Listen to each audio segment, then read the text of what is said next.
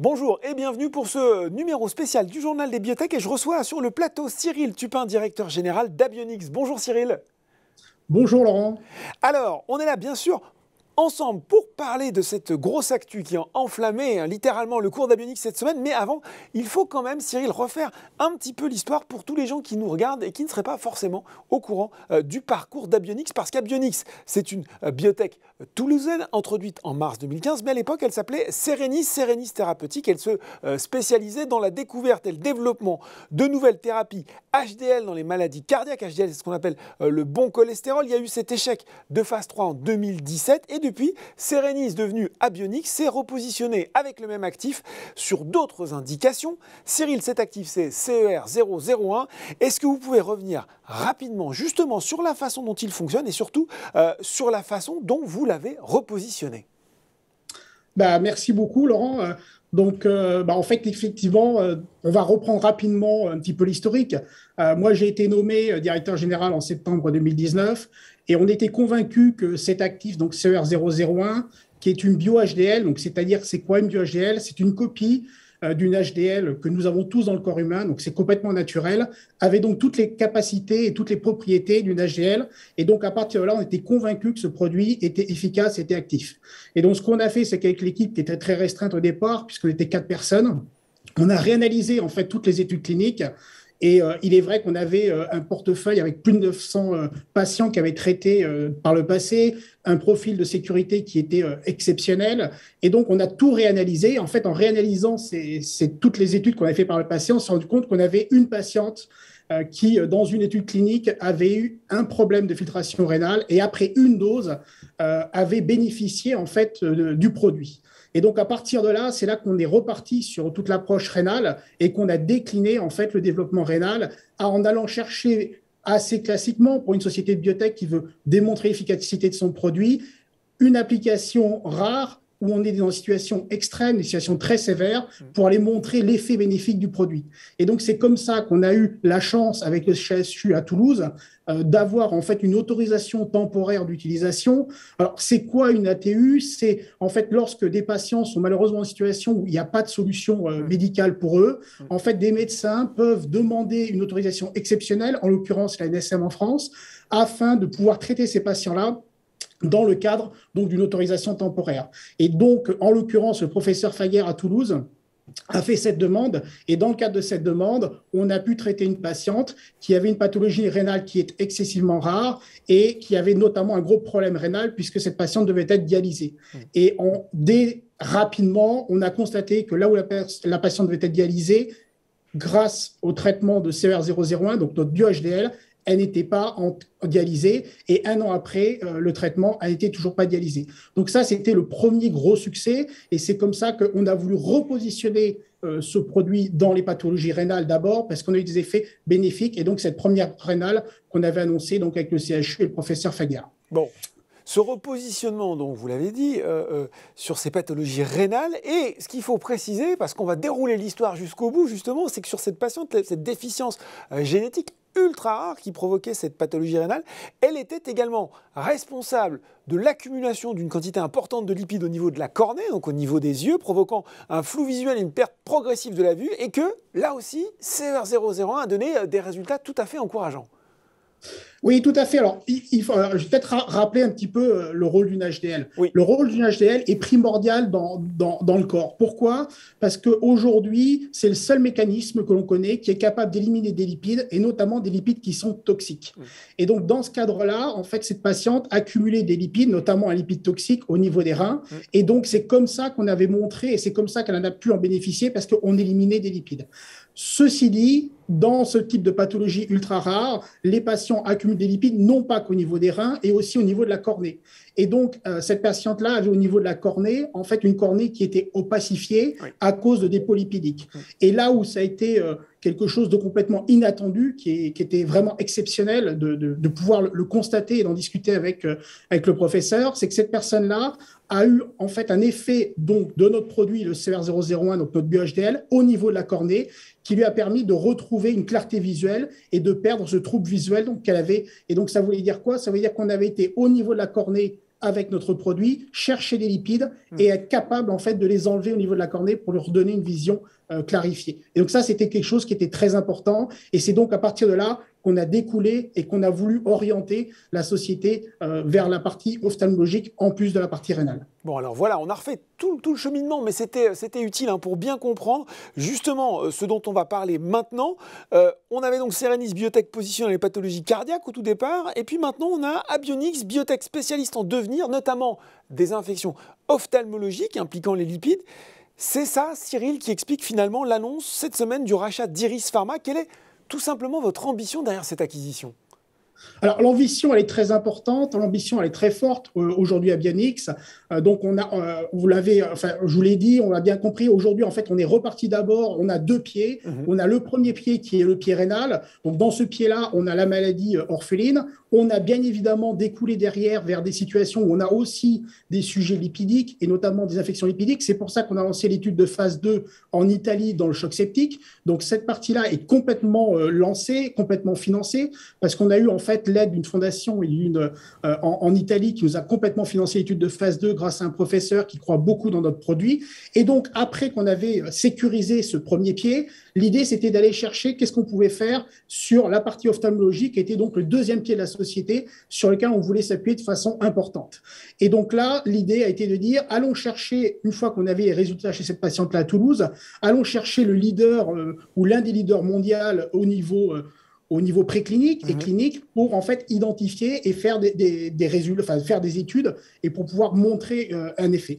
Et c'est donc là qu'on s'est tourné naturellement vers Iris, qui est quand même le leader européen, qui est reconnu mondialement, notamment pour sa compétence en préclinique et notamment tout ce qui est pharmacocinétique, et qu'on a fait avec eux un certain nombre d'études précliniques pour identifier quels étaient les atouts et quelle était la partie innovante dans notre biomédicament, donc pour l'ophtalmologie.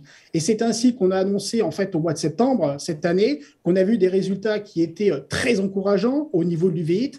Et donc, tout naturellement, quand on a eu ces résultats, qu'on a discuté avec l'équipe d'Iris, et la conclusion a été de dire écrivons une histoire ensemble parce que eux de leur côté étaient très surpris des effets importants, des résultats qu'on avait. Et c'est une société qui date depuis plus de 30 ans, qui a été créée par le fondateur Pierre-Paul Elena, qui est aujourd'hui dirigée par Yann Quintric.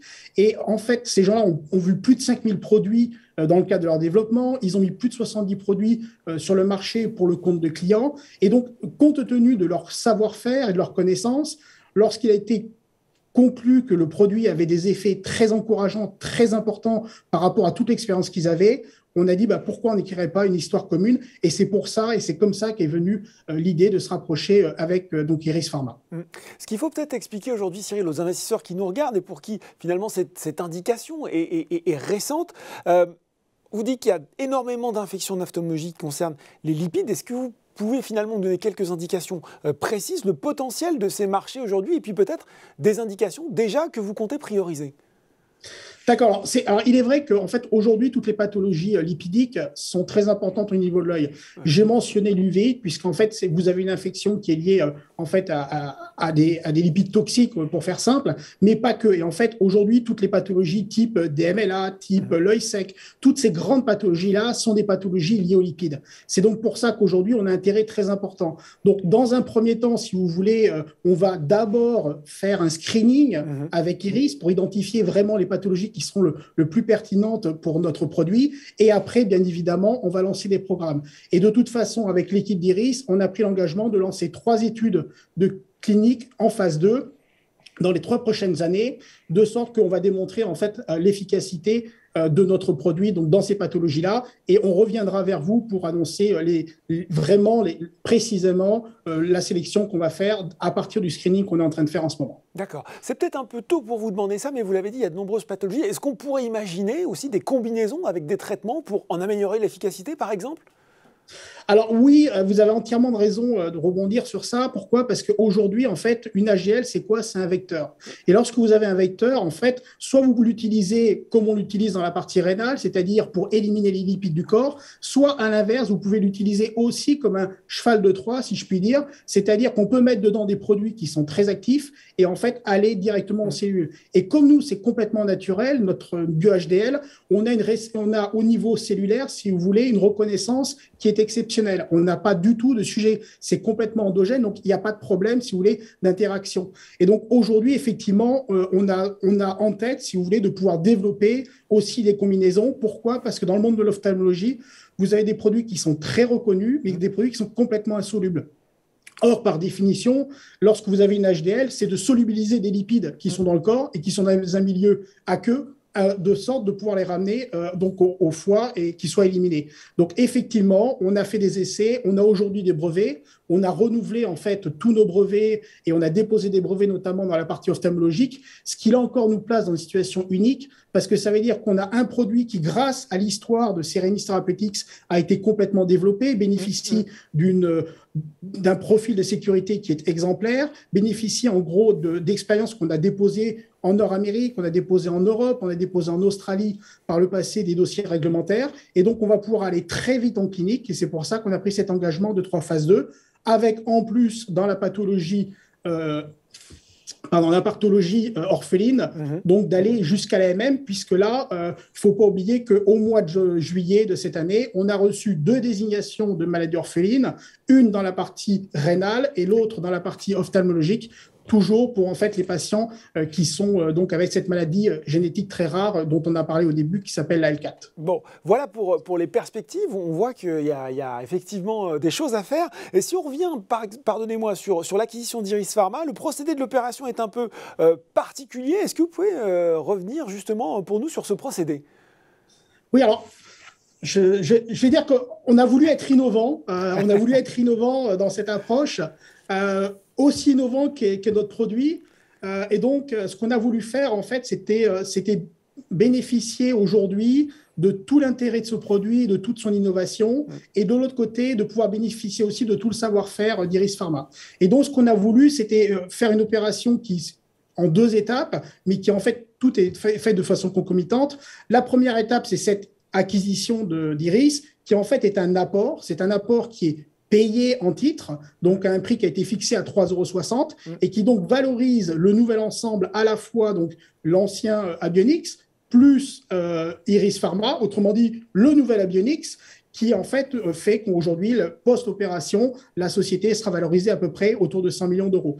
Et en parallèle de ça, l'idée, c'était d'aller chercher en même temps une petite augmentation de capital, de sorte qu'on puisse développer nos programmes dans l'ophtalmologie le plus rapidement possible pour aller, comme je le disais, le plus rapidement possible en études cliniques.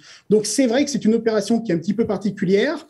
On est habitué en biotech à toujours faire des placements privés avec des décotes. Ben nous, on a voulu faire l'inverse. On a voulu montrer au marché qu'on pouvait aller chercher dans le cadre d'un nouvel ensemble d'avoir une surcote et que cette surcote, en fait, puisse valoriser le nouvel ensemble. Donc, aujourd'hui, à 3,60 € par action, à peu près 100 millions post-opération. Bon, c'est très clair. Qu'est-ce qu'on se met, pour finir brièvement, à l'agenda quand on est investisseur d'Abionyx? Vous avez évoqué plusieurs études en cours. Voilà. Quelles vont être les prochaines annonces de la société dans les mois qui viennent? Alors, les prochaines annonces vont être tout d'abord, on va faire la clôture de cette opération, puisque donc là, on a annoncé l'opération la semaine dernière. C'est une opération qui aujourd'hui est déjà sécurisée à plus de 75%. Donc ça va être la première étape à venir très rapidement. Ensuite, on va avoir les résultats de l'étude RACER, donc là, dans le choc septique. Donc ça aussi, c'est une étude qui est vraiment un changement, un breakthrough. Pourquoi? Parce qu'on a pris une approche où on traite les patients dans les premiers jours pour éliminer les lipides toxiques le plus rapidement possible et ainsi aider la fonction rénale dont on sait qu'elle est souvent responsable de gros problèmes en soins intensifs. Donc ça, c'est vraiment le premier trimestre. Et donc, sur ce premier trimestre, on va voir ces nouvelles-là. On va avoir le lancement donc, de 3 études de phase 2, comme je viens de le dire, en ophtalmologie, et aussi donc, toute l'activité liée en fait à la préparation donc, d'une autorisation de mise sur le marché dans les pathologies donc, de la maladie orpheline, et notamment la partie ophtalmologique et bien évidemment la partie rénale. Donc, on a un news flow qui va être très important à venir. Et donc, aujourd'hui, je pense que il va falloir nous suivre parce qu'il va y avoir beaucoup de choses qui vont se passer rapidement à Abionyx. Bon, ben voilà, une année 2022 qui s'annonce riche, puis vous reviendrez évoquer justement les futurs développements avec nous sur le Journal des Biotech. Merci beaucoup Cyril d'avoir été avec nous pour cette news d'Abionyx qui a bien fait réagir le titre cette semaine. Ben, merci beaucoup Laurent et puis à très bientôt. Merci beaucoup, au revoir. Le Journal des Biotech, c'est fini pour aujourd'hui. On se retrouve le 30 novembre pour un prochain numéro. À très bientôt.